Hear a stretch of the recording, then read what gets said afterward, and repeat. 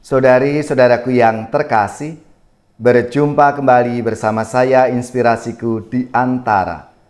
Renungan Harian Senin 28 Agustus. Hari ini kita bersama seluruh gereja Katolik memperingati Santo Agustinus, Uskup dan Pujangga Gereja. Selamat dan profisiat untuk saudara-saudara gereja, paroki dan lembaga-lembaga yang pesta nama Santo Agustinus. Semoga semangat dan teladan hidupnya memberi inspirasi dalam hidup dan karya pelayanan kita semua. Semoga kita bersama keluarga dan komunitas kita selalu dalam keadaan baik, tetap sehat dan bersemangat. Marilah kita mengawali renungan kita dengan tanda kemenangan Kristus. Dalam nama Bapa dan Putra dan Roh Kudus. Amin. Allah Bapa sumber kebenaran, Engkau telah memenuhi Santo Agustinus Uskup dengan roh kebijaksanaan dan pengetahuan. Bantulah dan penuhilah gerejamu dengan roh yang sama, agar kami selalu haus akan Dikau, satu-satunya sumber kebijaksanaan sejati, dan mencari Engkau pemberi cinta ilahi. Dengan pengantaraan Yesus Kristus Putramu Tuhan kami, yang bersama dengan Dikau dalam persatuan Roh Kudus, hidup dan berkuasa Allah sepanjang segala masa. Amin. Dalam nama Bapa dan Putra dan Roh Kudus. Amin. Inspirasi kita hari ini dari Injil Suci menurut Matius. Bab 23 ayat 13 sampai 22. Marilah kita siapkan kitab suci kita masing-masing. Kita akan membaca bersama-sama, lalu merenungkannya. Pada suatu hari, Yesus berkata kepada ahli-ahli Taurat dan orang-orang Farisi, "Celakalah kalian, hai ahli-ahli Taurat dan orang-orang Farisi! Hai kalian orang-orang munafik, karena kalian menutup pintu kerajaan surga di depan orang, sebab kalian sendiri tidak masuk dan kalian merintangi mereka yang berusaha masuk. Celakalah kalian ahli-ahli Taurat dan orang-orang Farisi, hai kalian orang-orang munafik, sebab kalian menelan rumah janda-janda, sementara mengelabui indera orang dengan doa yang panjang-panjang. Sebab itu, kalian pasti akan menerima hukuman yang lebih berat.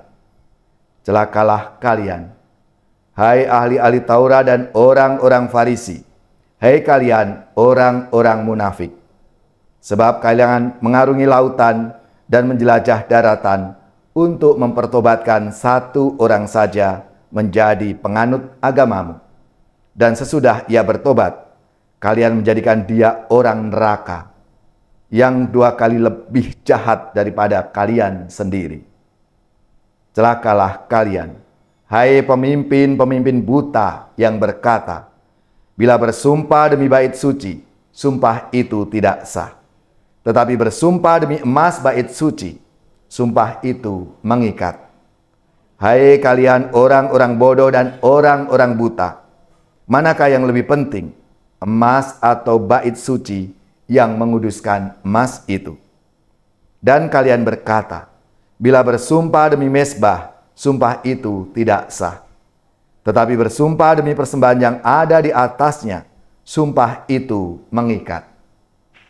Hai kalian orang-orang buta, manakah yang lebih penting, persembahan atau mezbah yang menguduskan persembahan itu?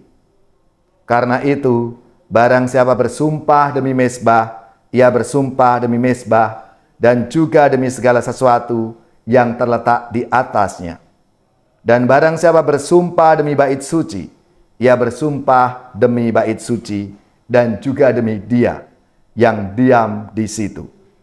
Dan barang siapa bersumpah demi surga, ia bersumpah demi tahta Allah dan juga demi Dia yang bersemayam di atasnya."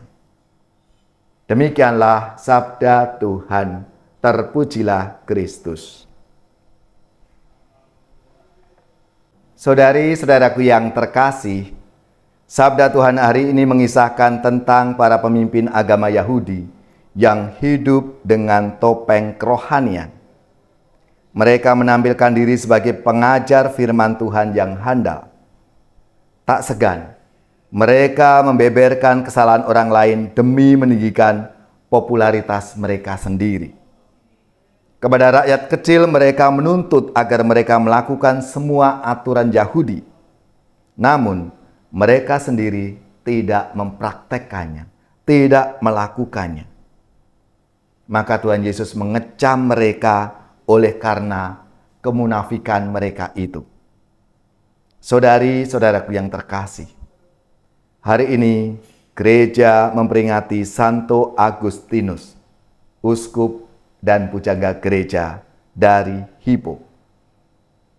Kisah pertobatannya tidak asing bagi kita. Yang dapat menjadi pelajaran bagi kita adalah tentang pengakuannya ketika ia merasa tersiksa, katanya. Musuh telah merebut dan merantai keinginanku. Keinginan akan kesenangan-kesenangan itu telah berubah menjadi nafsu. Dan nafsu menjadi kebiasaan. Dan kebiasaan tidak tertahankan menjadi kebutuhan. Dalam diriku ada dua kehendak. Satu di bawah kuasa daging, yang lain di bawah kuasa roh. Mereka dalam konflik, dan konflik itu mengobrak-abrik diriku. Aku sangat menderita, putus asa. Diriku terbakar dengan kemarahan kepada diriku sendiri untuk tidak mengikuti jalan-Mu, Tuhan. Tidak berserah pada kehendak-Mu. Itulah yang dialami, konflik batin yang dialami oleh Santo Agustinus dalam hidupnya. Akhirnya ia sungguh mengalami pertobatan. Dan juga karena berkat doa ibundanya, Santa Monica. Saudari-saudaraku yang terkasih, setiap orang yang hidup di zaman sekarang tak luput dari pengalaman kemunafikan seperti orang-orang Farisi. Juga seperti Agustinus sebelum pertobatannya. Kendati demikian, rahmat dan kasih Allah dapat mengubah semuanya. Karena ia menghendaki semua orang dapat memperoleh kebahagiaan bersamanya di surga. Dan itu yang dialami oleh Santo Agustinus. Marilah, saudari-saudaraku yang terkasih, kita pun dalam hidup kita masing-masing juga punya pengalaman-pengalaman iman yang membuat kita berubah menjadi lebih baik dan lebih baik lagi. Seturut apa yang diajarkan oleh Tuhan Yesus dan apa yang dikehendaki oleh Tuhan Yesus dalam hidup kita masing-masing.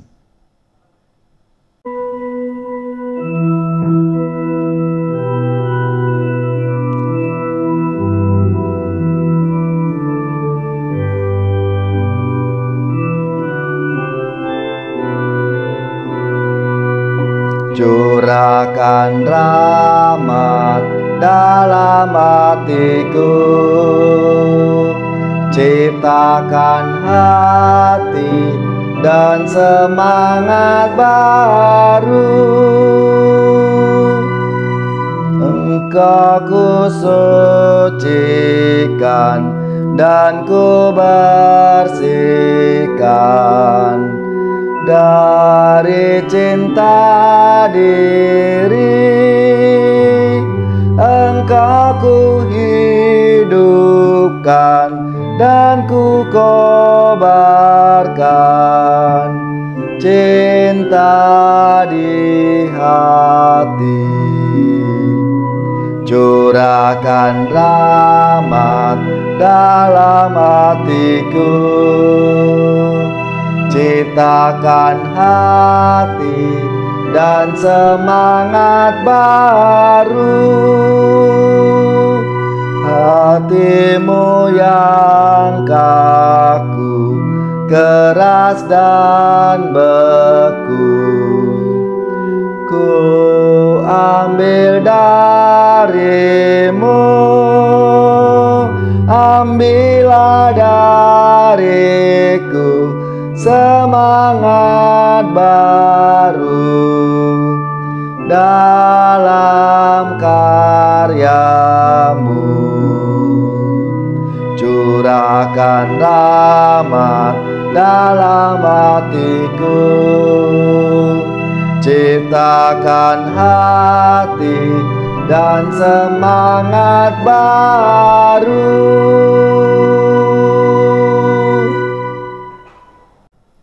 Saudari-saudaraku yang terkasih, marilah kita mengakhiri renungan kita hari ini dengan mohon berkat Tuhan, dan kita akan menerima tugas perutusan. Marilah kita siapkan hati kita untuk menerima berkat Tuhan.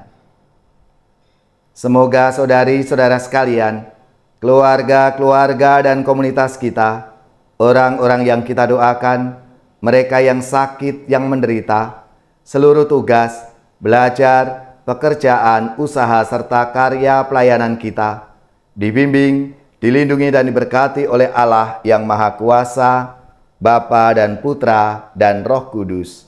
Amin.